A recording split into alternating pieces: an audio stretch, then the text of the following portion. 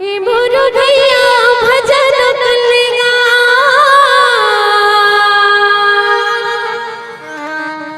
हे मोरू बहनी भजन कलिया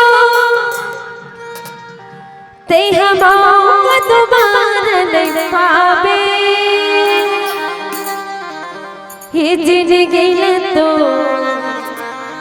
सजा ले भैया वो नहीं ते बिनु पाछो पछतावे। सच बात है दीदी हो, ये मानस गंगा है, अब ही मानस गंगा में डुबकी लगाना है, तब कहीं जाकर प्राप्त भगवान को प्राप्त करना है। आओ एक सुंदर भजन सबो जन मीठी मीठी ताली के संग। हरि बोल।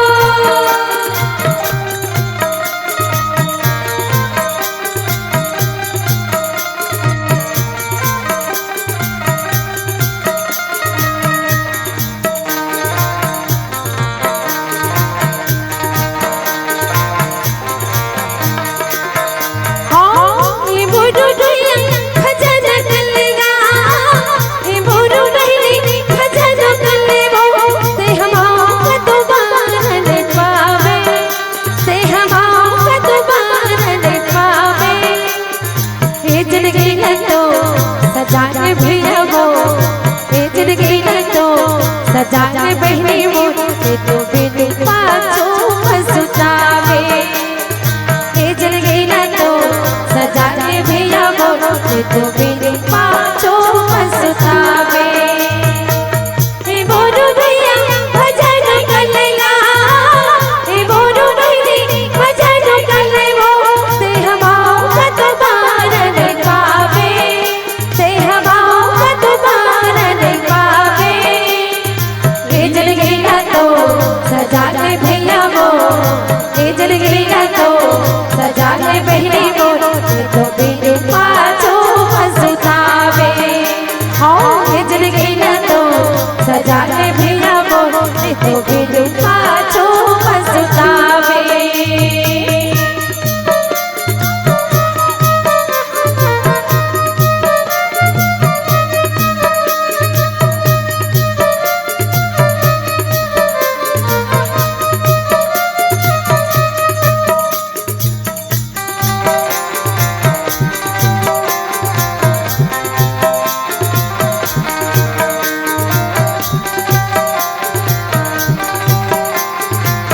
हरि बोल।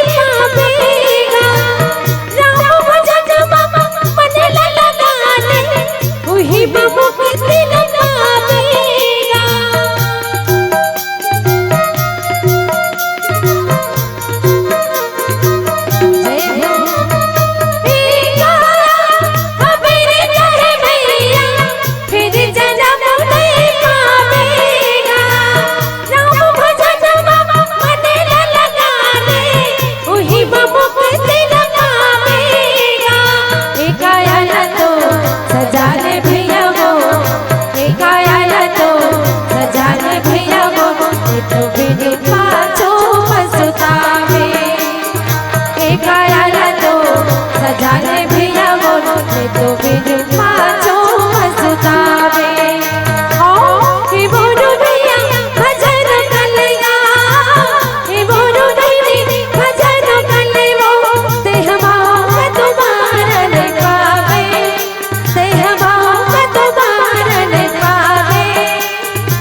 एक आया ना तो सजाने भैया वो एक आया ना तो सजाने बहनी वो तो बिनु पाछो पछतावे। एक आया ना तो सजाने भैया वो तो बिनु पाछो पछतावे।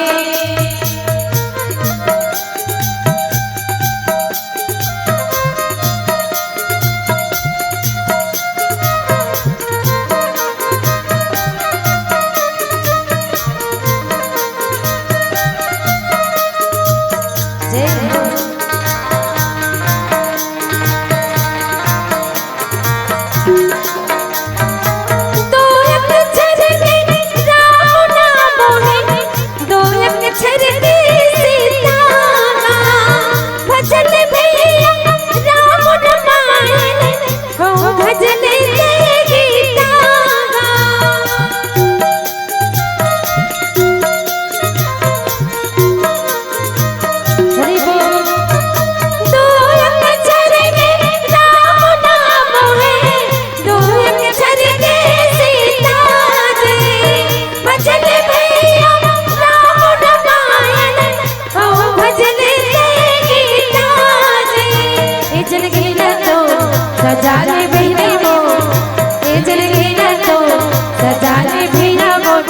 तो बिनु पाछो पछतावे जिंदगी न तो सजाने बिना मोर तो बिनु पाछो पछतावे ओ ये मोरो गया भजन कलेगा ये मोरो गई भजन कलेगो ते हमारा तो मारन पावे ते हमारा तो मारन पावे एक आया तो रमाने भैया मोर तो बिनु पाछो पछतावे एक आया तो रमाने भैया मोर तो बिनु पाछो पछतावे एक आया तो रमाने भैया मोर तो बिनु पाछो पछतावे एक आया तो सजाने भैया मोर तो बिनु पाछो पछतावे।